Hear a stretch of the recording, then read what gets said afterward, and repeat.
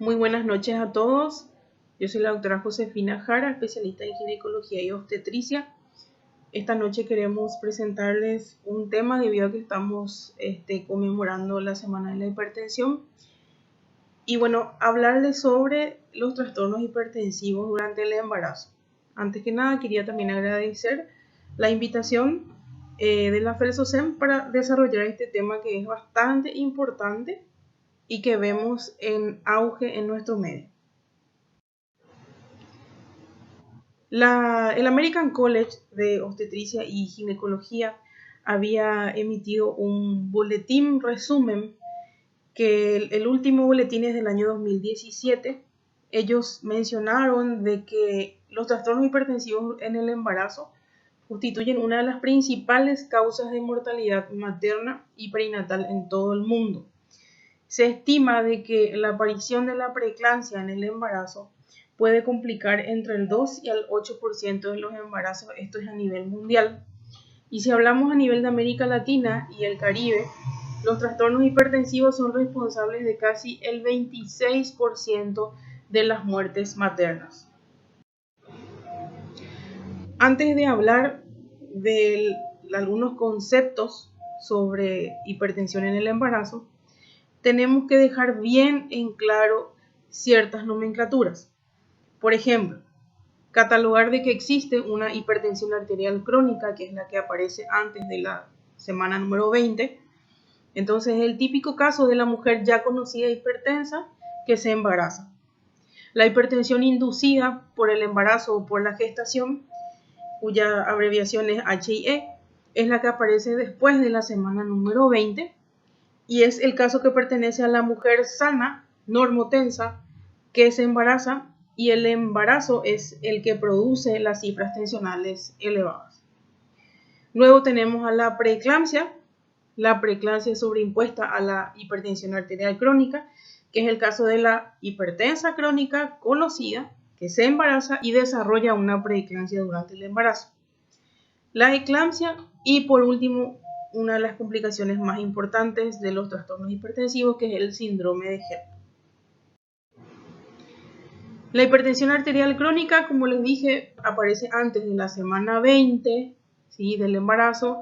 Se presenta con niveles de presión arterial iguales o mayores a 140/90. No aparece ningún otro síntoma asociado. Tampoco existe proteinuria y no existe un daño orgánico.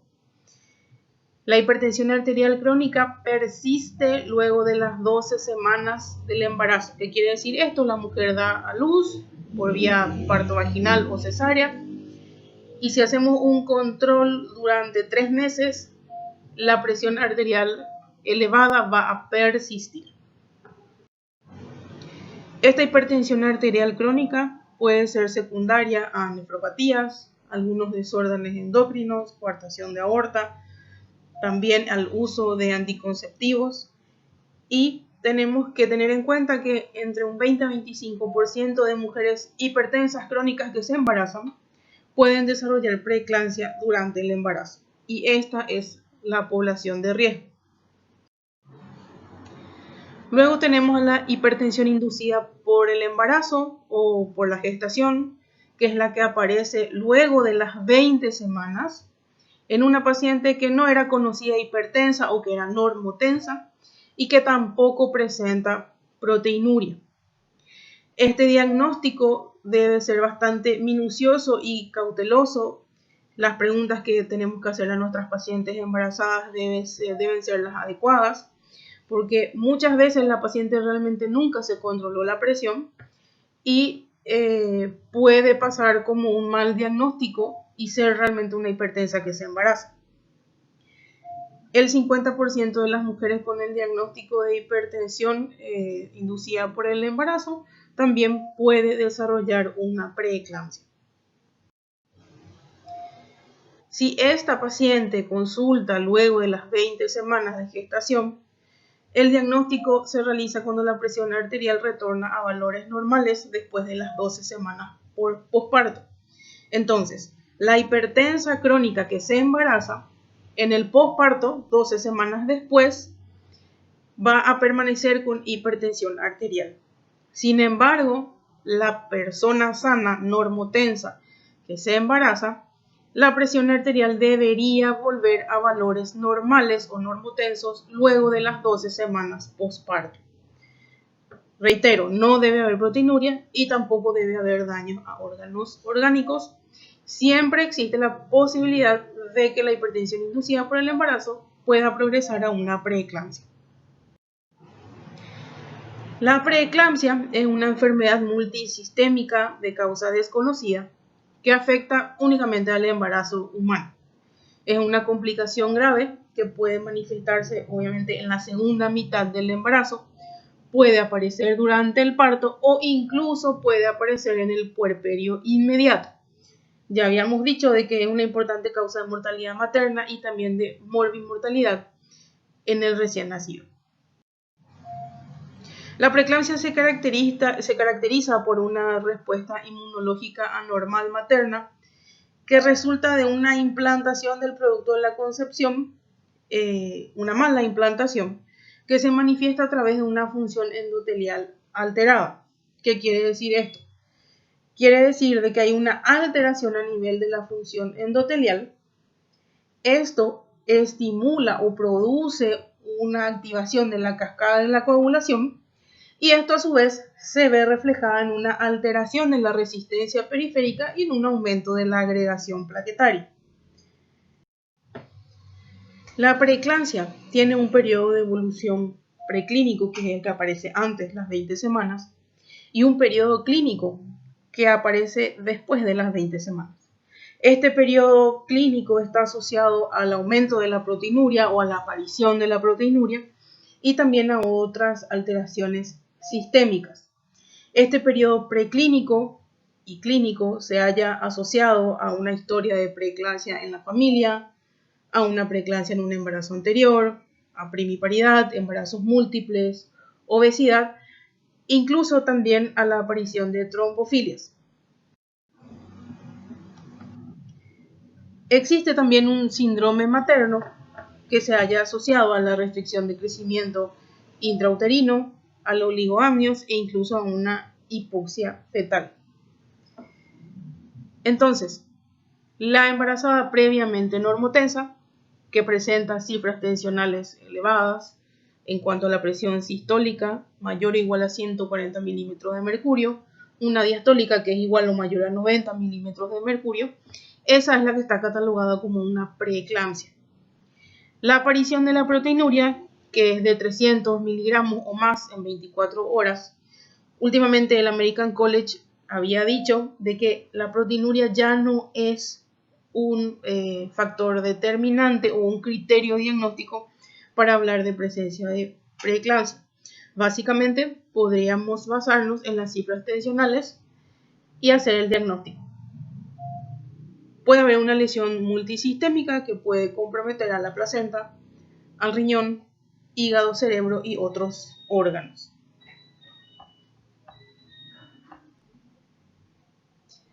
Lo que nosotros tenemos que evitar es que exista una lesión que repercuta a nivel cerebral. Tenemos que evitar llegar a una eclampsia, para eso vamos a usar el sulfato de magnesio, y evitar también accidentes cerebrovasculares, para lo cual usaríamos drogas hipotensoras. Tenemos que hablar de también qué es la preeclampsia grave, que es cuando la hipertensión arterial se asocia a uno o más de los siguientes parámetros. Proteinuria mayor a 5 gramos en 24 horas. Les repito, esto actualmente el American College dice que no es necesario este parámetro. Un deterioro significativo de la función renal, aumento de la creatinina en sangre, oliguria de menos de 400 ml en 24 horas. Síntomas vasoespásticos como cefalea, alteración de la visión que generalmente se manifiesta como visión borrosa o la paciente refiere que ve lucecitas y también puede ser zumbidos en el oído, que son los acúfenos, y la epigastralgia. Estos son síntomas súper característicos, son los principales que se manifiestan en una preeclampsia grave. Edema pulmonar ya en una forma complicada, retardo del crecimiento intrauterino fetal, oligoamnios, monitoreo fetal con signos de sufrimiento fetal y una eclampsia y síndrome de HELLP ya como complicaciones. Existe una lista larga de factores de riesgo para la preeclampsia y fíjense cómo les puse en rojo el síndrome antifosfolipídico tiene un riesgo relativo de 9.7 y una preeclampsia previa de 7.2. Estos son los dos factores de riesgo más importantes que encontramos para la aparición de preeclampsia y también otros como edad materna avanzada, trombofilias, historia familiar de preeclampsia, infertilidad, fertilización in vitro, la nuliparidad, el embarazo gemelar, diabetes, el índice de masa corporal mayor a 35, la raza afrocaribeña, un periodo o intervalo intergenésico mayor a 10 años, o sea, la paciente que tuvo el primer bebé a los 20 y espera para tener el segundo bebé a los 35 años, es un factor de riesgo. Una enfermedad renal o autoinmune como el lupus, la artritis y por supuesto una hipertensión arterial preexistente. ¿Cuáles serían las causas de la preeclampsia? Se cree que existe un desarrollo vascular anormal de la placenta que implica el pasaje de factores antiangiogénicos a la circulación materna y esto lleva a una disfunción endotelial sistémica y microangiopática, que es lo que vamos a describir. Entonces, realmente el factor predisponente es la respuesta materna normal durante la placentación, pero se cree que al final esta no es verdaderamente la causa. Tenemos que empezar a hablar de qué? De factores de riesgo pregestacionales como la diabetes, la hipertensión, porque estas dos patologías favorecen una respuesta inflamatoria exagerada a nivel endotelial que se vería reflejada más adelante ¿en qué? En hipertensión y proteinuria. Entonces, hay una inadecuada remodelación de las arterias espiraladas que se convierten o pasan a ser compuestas por tejido fibrinoide y esta inadecuada remodelación favorece a la hipoxia y a la hipoperfusión a este nivel del tejido. Esto en primera parte puede llevar a un infarto o un aumento del tono muscular y a un aumento de la permeabilidad que puede verse reflejado en una trombosis. Algo que tenemos que agregar y destacar es que el embarazo per se es un estado de inflamación sistémica. Entonces, si tenemos ya una paciente conocida diabética que se embaraza, la diabetes también contribuye a este proceso inflamatorio. Durante el embarazo existe una liberación de citoquinas que son proinflamatorias y también un aumento de monocitos. Todo esto contribuye entonces a una reacción inflamatoria durante el embarazo. Existe lo que se llama la primera fase o la primera etapa de la primera oleada de invasión trofoblástica, que ocurre entre las 6 a 12 semanas del embarazo, en la que obviamente las arterias espiraladas son las que sufren modificación, en donde el trofoblasto penetra las arterias espiraladas y esto hace regular el flujo. ¿Qué es lo que sucede aquí? Se genera un flujo hipóxico que favorece la activación de factores angiogénicos y estos factores angiogénicos a su vez favorecen nuevamente la invasión trofoblástica. O sea, es un círculo pero organizado, coordinado, ¿sí? Que ocurre durante la primera oleada de la invasión trofoblástica. Se calcula que esto ocurre antes de las 9 semanas, pero nosotros decimos que la primera oleada ocurre entre la 6ª a la 12ª semana de embarazo. Entonces, les repito, el trofoblasto penetra en las arterias espiraladas, regula un flujo, este flujo sanguíneo crea un medio hipóxico que favorece otra vez la activación de factores angiogénicos y esto a su vez favorece la invasión trofoblástica. Este es un mecanismo fisiológico que ocurre durante el embarazo, es un mecanismo normal. Luego, en la segunda oleada, que ocurre entre la semana 14 hasta la 20 semanas, lo que ocurre es una recanalización. Existe una vasodilatación con un cambio en la túnica muscular de las arterias espiraladas. Esto hace que aumente el óxido nítrico, hace que aumenten las prostaciclinas, y esto a su vez favorece el aumento hasta en 10 veces del flujo sanguíneo. ¿Cuál es el resultado de esta segunda oleada? El resultado es una circulación placentaria con bajo índice de resistencia y un alto flujo. ¿Esto cómo pueden evaluar los ecografistas? Utilizando el Doppler de las arterias uterinas. Cuando el Doppler de las arterias uterinas está alterado, entonces aumenta el índice de resistencia que está dado por los factores angiogénicos. Entonces, estas son nuestras arterias espiraladas en un embarazo normal, las arterias arcuatas, este sería nuestro miometrio, la decidua, el trofoblasto y nuestra placenta. Como les dije, el trofoblasto penetra las arterias espiraladas, regula a este nivel el flujo sanguíneo que genera un medio hipóxico, y este medio hipóxico vuelve a favorecer la activación de los factores angiogénicos, favoreciendo esta invasión trofoblástica. En la preeclampsia, sin embargo, lo que tenemos es que aumentan el factor de crecimiento placentario,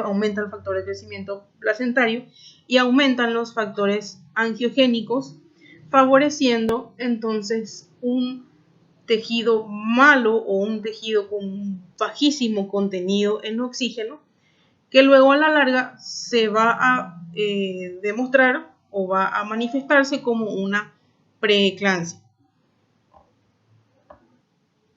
Sin embargo, en las pacientes que no están embarazadas, esta reacción inflamatoria a nivel de la decidua o a nivel del miometrio realmente no ocurre. La reacción debe darse a nivel del miometrio, entonces esta reacción no ocurre en el caso de las no gestantes. La predisposición genética, los factores de riesgo, como ya dijimos, hipertensión, diabetes y algunos factores inmunológicos, entonces pueden generar una placentación inadecuada, aumentan los factores de crecimiento y los factores angiogénicos, y esto lleva a una disfunción endotelial, a una fuga capilar y a una vasoconstricción durante el embarazo. Cuando hablamos de nuestra transición en la circulación materno-placentaria o materno-fetal, que ocurre a nivel de las 10 a 12 semanas, tenemos que decir que tenemos 3 caminos: una transición adecuada, una transición incompleta y una transición fallida. La transición de la circulación materno-placentaria adecuada cursa con una total conversión de arterias espiraladas, con una normal desoclusión de las arterias espiraladas. Entonces el embarazo sigue su curso y no tenemos hipertensión durante la gestación. Sin embargo, en una transición incompleta existe persistencia de la reactividad vascular, esto debido a esa reacción inflamatoria que aparece, y una perfusión intermitente del espacio intervelloso con un estrés oxidativo placentario, o sea, se generan radicales libres que pueden generar una hipertensión inducida por el embarazo o complicarse con una preeclampsia. Y en una transición fallida lo que hay es una desoclusión precoz de las arterias espiraladas, un estrés oxidativo masivo con muchísimos radicales libres que se liberan y una falla embrionaria precoz. En este caso, lo más probable que ocurra en nuestra gestación es que termine en una pérdida o en un aborto espontáneo. Entonces, tenemos aquí un diagrama para comprender qué es lo que sucede a nivel de la invasión trofoblástica. En un embarazo normal tenemos una conversión total o flujo normal. En la preeclampsia tenemos una conversión parcial del flujo intermitente, de ese flujo hipóxico que hablábamos. Y en el aborto tenemos un flujo precoz que termina con justamente la pérdida del embarazo. Entonces, una preparación inadecuada del adhesivo y de la capa interna del miometrio lleva a una inadecuada invasión trofoblástica, a una adaptación defectuosa de las arterias espiraladas, a una isquemia reperfusión, una inadecuada adaptación inmunológica y un estrés oxidativo placentario.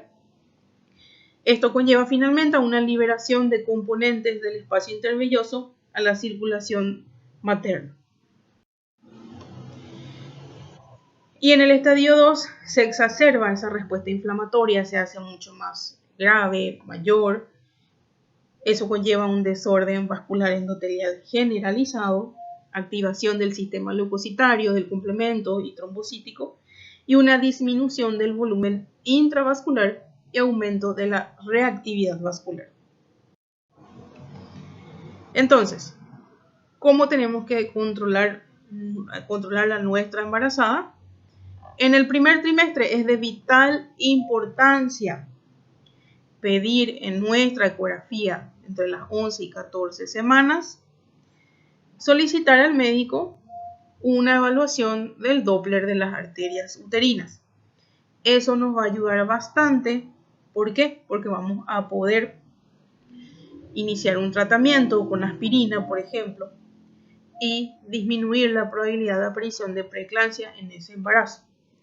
Entonces, a nivel de la cuarta semana, más o menos sexta semana, ya se define si la paciente va a desarrollar o no una preeclampsia. Lo que no sabemos es en qué etapa del embarazo van a aparecer los síntomas.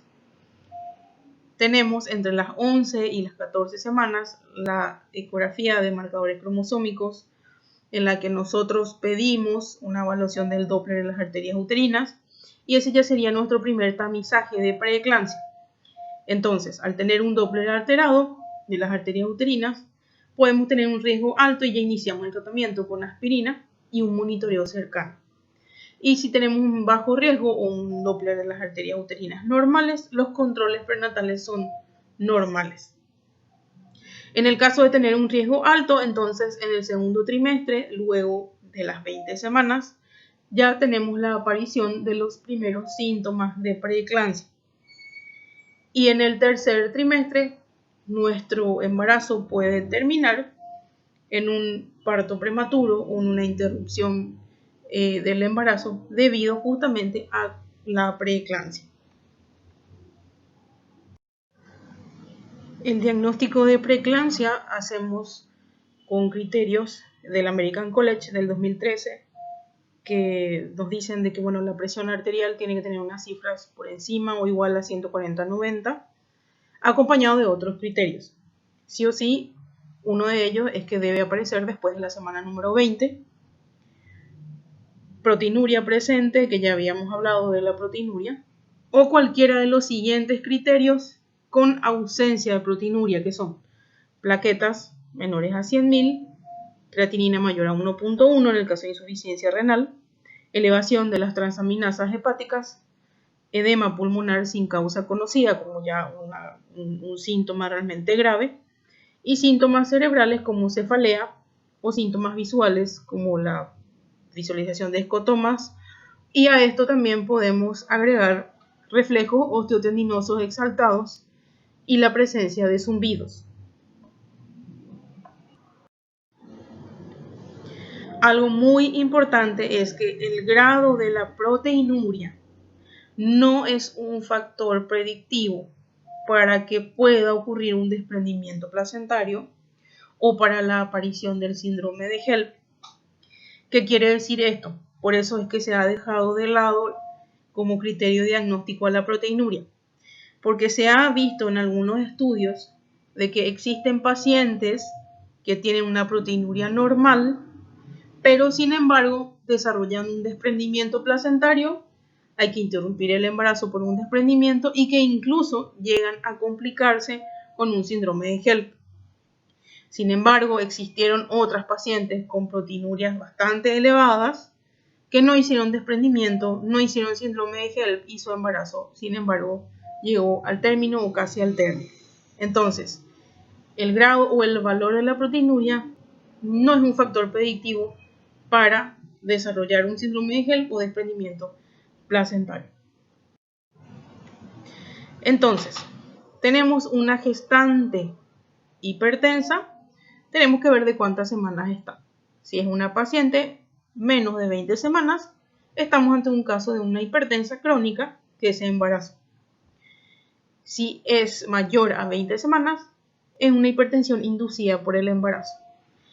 Hay proteinuria. Si no hay proteinuria, es una hipertensión inducida por el embarazo, una hipertensión gestacional.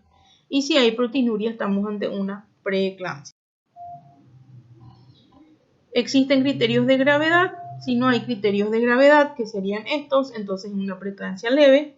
Y si hay criterios de gravedad, con hemólisis, plaquetopenia, elevación de GPT-GOT, hay que ver si es una preeclampsia grave o no. Si no hay hemólisis, no hay plaquetopenia y no hay elevación de GPT-GOT, es una preeclampsia grave. Si existe hemólisis, existe plaquetopenia y elevación de GOT, tenemos que ver si ha convulsionado o está en coma. Si convulsionó, es una eclampsia, y si no convulsionó, es un síndrome de HELLP. El síndrome de HELLP está dado, el nombre está dado por la H de hemólisis, EL de enzimas elevadas del hígado y LP de plaquetas bajas. Entonces, esta es la fisiopatología de la preeclampsia. Como les dije, es un síndrome multisistémico. Se presenta luego de las 20 semanas. Puede persistir en el posparto incluso por 12 semanas. Se acompaña de una hipertensión arterial mayor o igual a 140/90, con proteinuria, cefalea, acúfeno, fosfeno, epigastralgia. Y puede haber daño a nivel renal, cardíaco, del hígado e incluso a nivel cerebral. ¿Cuál es el tratamiento de la preeclampsia? Sí o sí, la hospitalización es lo primero. No podemos enviar a la casa a una paciente con un diagnóstico de preeclampsia. Hay que hacer una canalización de vía periférica para hidratarla. No tenemos que hidratar tampoco demasiado. Antihipertensivos que podemos administrar de forma oral o parenteral. Los más usados son el labetalol y la nifedipina. Sulfato de magnesio para evitar las convulsiones y evitar así un daño cerebral. Y los corticoides, que en este caso van a servir para una maduración del pulmón, en el caso que hablemos de un bebé prematuro, para de esta manera poder más adelante finalizar o interrumpir el embarazo. El otro concepto es la preeclampsia sobreimpuesta a la hipertensión arterial crónica, que es una paciente que tenía ya hipertensión arterial crónica, pero que luego de las 20 semanas de gestación se diagnostica la proteinuria. Si presentan una proteinuria previa o consultan tardíamente, la presencia de un aumento brusco de los valores de presión arterial o de prodromos de la eclampsia puede ser útil también para su diagnóstico. La eclampsia serían todos los síntomas de una preeclampsia más las convulsiones. La eclampsia entonces es la presencia de convulsiones en una embarazada con un diagnóstico de preeclampsia. Puede haber cefalea, también visión borrosa, alteración de la conciencia, del sensorio, y puede llegar a demostrarse o aparecer una hemorragia intracraneana. El síndrome de HELLP, que fue adjudicado a Louise Weinstein en el año 1982, es una variante de severidad o una complicación de la preeclampsia. Ocurre en aproximadamente el 20% de las mujeres con preeclampsia severa y se la conoce no solamente por el compromiso al hígado, sino también a una alteración del sistema de la coagulación. El síndrome de HELLP, como ya les dije, sus siglas están dadas por la H de hemólisis, EL de enzimas hepáticas elevadas y LP de plaquetas bajas o plaquetopenia. El síndrome de HELLP, aparte de los criterios del laboratorio que ya habíamos mencionado, también cursa con dolor abdominal, que es la epigastralgia, náuseas y vómitos. Con esto entonces terminamos nuestros trastornos hipertensivos durante el embarazo. Sin antes agradecer nuevamente a la Felsocem por esta oportunidad. Espero que les haya servido de algo para aportar a la formación de ustedes y agradecerles por su atención. Muchas gracias.